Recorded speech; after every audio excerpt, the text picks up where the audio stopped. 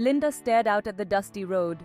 Her village felt small, suffocating. It held her captive with its poverty and lack of opportunity. She longed for something more, something bigger than herself and the life she was destined for. The weight of her dreams pressed down on her. They were heavy, but she refused to let them go. America. The word itself held magic, a promise whispered on the wind. I see the yearning in your eyes, Linda. I've always told you stories of America, tales of golden streets and endless possibilities. Stories that fueled your imagination and solidified your resolve to escape the clutches of our current reality. Her grandmother, though her heart ached at the thought of letting go, knew she couldn't clip her granddaughter's wings. Linda's family, bound together by love and the shared struggle of their circumstances, understood her yearning. They knew that staying meant succumbing to a life of limited horizons, a life their ancestors had endured for generations. They would support her, even if it meant sacrificing their own desires. Together, they clung to the hope that America offered, a hope that shimmered like a mirage in the distance.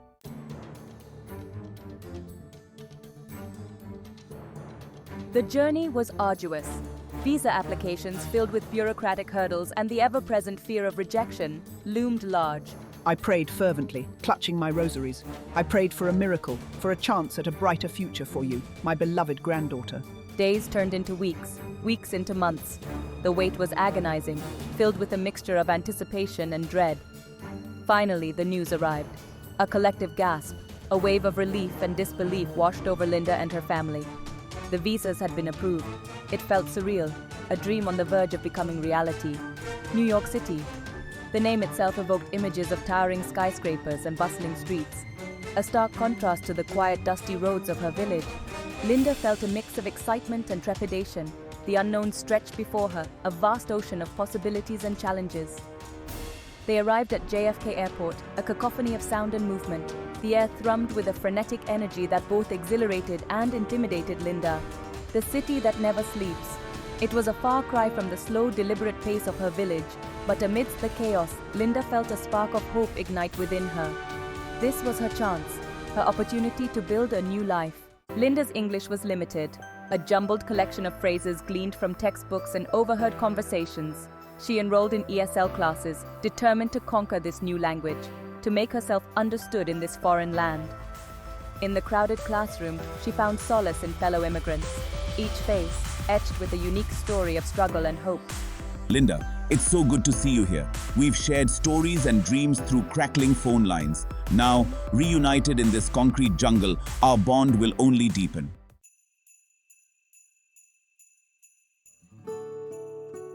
The ESL classroom buzzed with nervous energy. Linda, clutching her notebook, felt a wave of apprehension wash over her. She longed to disappear into the anonymity of the crowd, but her distinct features made her stand out. Don't worry, Linda. We're in this together. They found seats near the window, the sounds of the city filtering in through the glass. The teacher, a kind-faced woman with a warm smile, welcomed them with open arms. Welcome, everyone. I'm here to help you on this journey.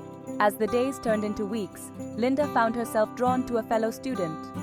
A young woman, her face etched with a weariness that belied her age. Her name was Maria.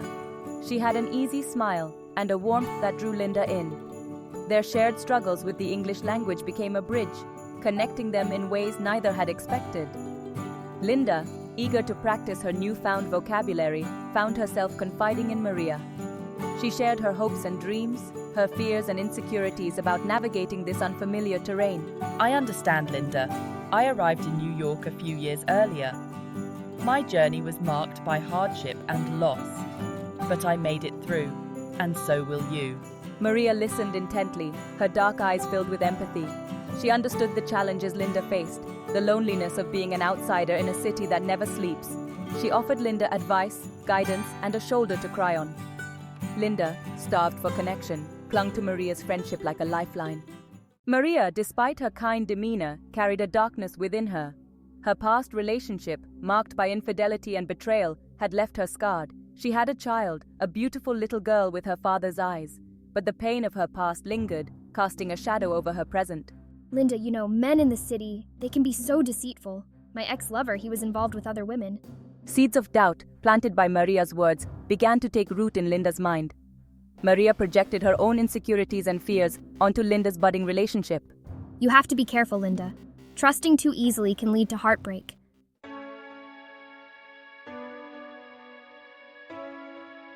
Linda's cousin, sensing a shift in her demeanor, pulled her aside one afternoon. They were strolling through Central Park, the vibrant colors of autumn painting the trees in hues of gold and crimson. Linda had been distant, withdrawn, her thoughts consumed by Maria's stories. Her cousin, her brow furrowed with concern, asked her what was wrong. Linda, you seem different lately. Is everything okay? Linda hesitated, torn between her loyalty to Maria and her need to confide in someone she could trust. With a deep breath, she poured out her heart to her cousin. She shared her growing anxieties about relationships, her fear of being betrayed and abandoned. Her cousin listened patiently, her expression a mixture of empathy and understanding. Everyone's experiences are different, Linda. You shouldn't let the mistakes of others dictate your own life. You know, I met a man recently.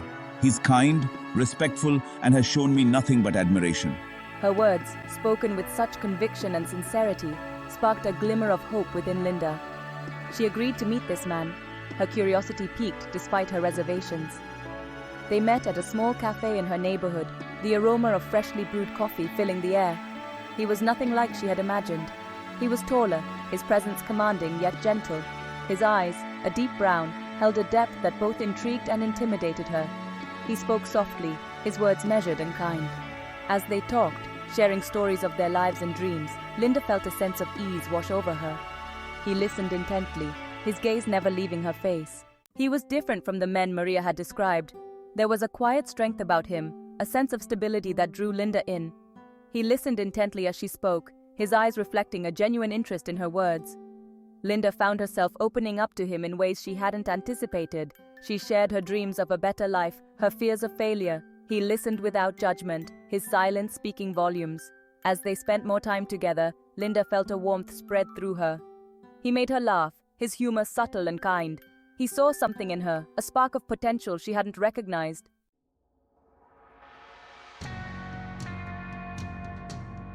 He's too good to be true. Men like that, they don't stay faithful for long. They get bored, they move on to the next conquest. Maria, sensing a shift in Linda's demeanor, grew increasingly wary. She had grown accustomed to Linda's unwavering attention, her eagerness to listen to her tales of woe. But lately, Linda had been distant, her thoughts preoccupied with this new man in her life. Maria, her own insecurities bubbling to the surface, began to sow seeds of doubt in Linda's mind. She masked her jealousy with concern, her words dripping with faux sympathy. They get bored, they move on to the next conquest. Linda, her heart torn between her newfound happiness and Maria's poisonous words, tried to ignore the doubts creeping into her mind. But Maria, like a skilled manipulator, knew how to exploit Linda's insecurities. She would recount stories of her ex-lover's infidelity, his blatant disregard for her feelings. She would paint a picture of a world where men were inherently untrustworthy, their promises as empty as the air they breathed. Linda, her own experiences limited, found herself questioning everything. Was Maria right? Was she being naive, blinded by her own desire for love and acceptance? Maria, sensing Linda's growing unease, doubled down on her efforts. She would casually mention seeing men who resembled Linda's new love interest in the company of other women. She would fabricate stories of overheard conversations, whispers of infidelity and betrayal. Linda, her mind racing, tried to dismiss these tales as mere coincidence, but the seeds of doubt had been sown, and they were beginning to take root.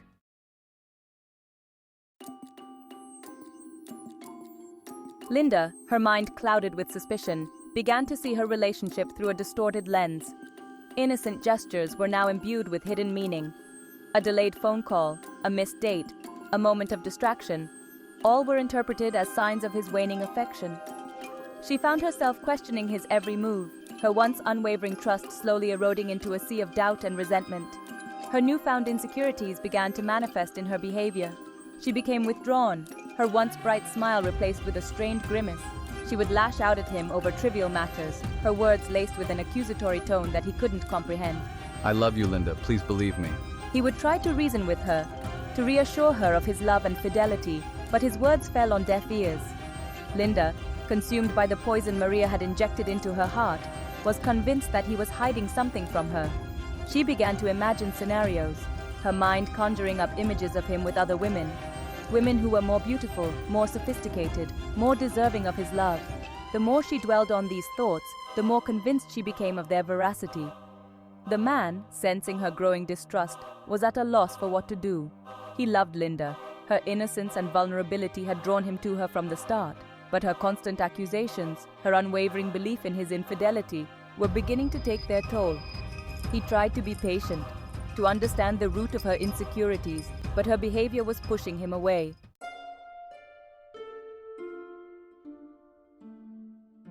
The once unbreakable bond they had shared was slowly fracturing under the weight of suspicion and mistrust. Linda, talk to me. What's happening to us? I'm not hiding anything, Linda. You have to believe me.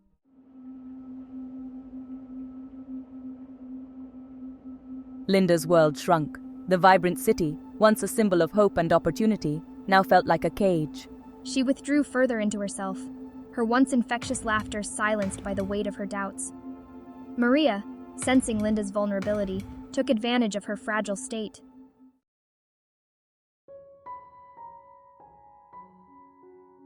The man, his heart heavy with the weight of Linda's accusations, found himself seeking solace in the bottle more and more frequently. He hated the way he was acting, the way his words slurred and his movements became clumsy after one too many drinks. He didn't know where he was going, but he kept walking, his feet carrying him aimlessly through the darkened streets.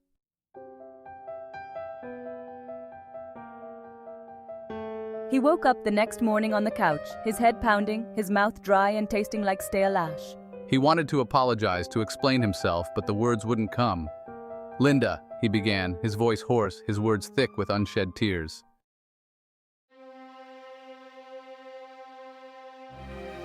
"I'm sorry," he mumbled, his gaze dropping to the floor, unable to meet her eyes.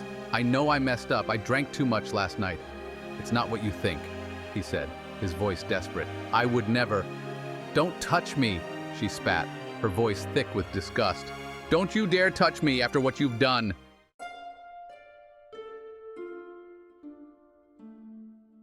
He stood there, frozen in place, the weight of her words crushing him like a physical blow. "I don't understand," he whispered, his voice raspy with unshed tears. "What happened to us, Linda? Where did we go wrong?" "Linda, please," he begged, his voice raw with desperation. "Just listen to me. Let me explain."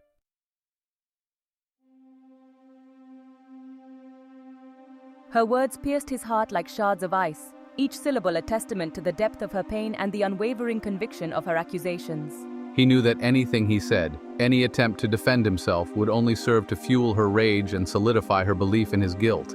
He stumbled back from her, his shoulders slumping under the weight of her judgment.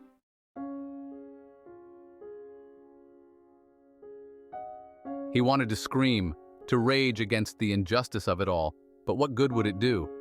Linda had already made up her mind, her judgment clouded by Maria's insidious whispers. She had chosen to believe the worst of him, to paint him as a villain in a story of her own making. He turned away from her, his heart heavy with a grief he couldn't articulate.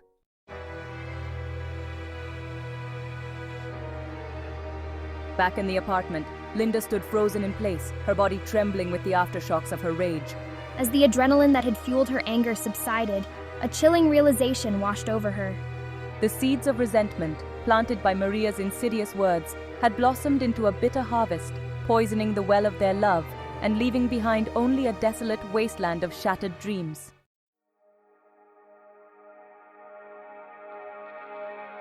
The apartment was eerily quiet. The sounds of the city, usually a comforting hum, now felt harsh and intrusive. They were a reminder of the vibrant world she was now shut out from. She traced the outline of his face in the photograph, her fingers trembling. His smile, once a beacon of warmth, now seemed like a cruel reminder of her loss. The tender moments of intimacy, all gone, replaced by a silence that screamed louder than any accusation. Her children, their faces etched with confusion and resentment, had retreated to their rooms. Maria, her voice once a constant presence, had vanished. The phone call stopped. Linda saw Maria for what she truly was, a master manipulator. She had projected her own pain, poisoning Linda's relationship with seeds of doubt, and in the end, it was Linda who was left to pick up the pieces. She had been used as a pawn in a game of jealousy and revenge. The weight of her actions pressed down on her, threatening to crush her. She had chosen to believe the worst of him, ignoring his love and devotion. And now she was forced to confront the painful truth. When you manipulate others, you are really only manipulating yourself.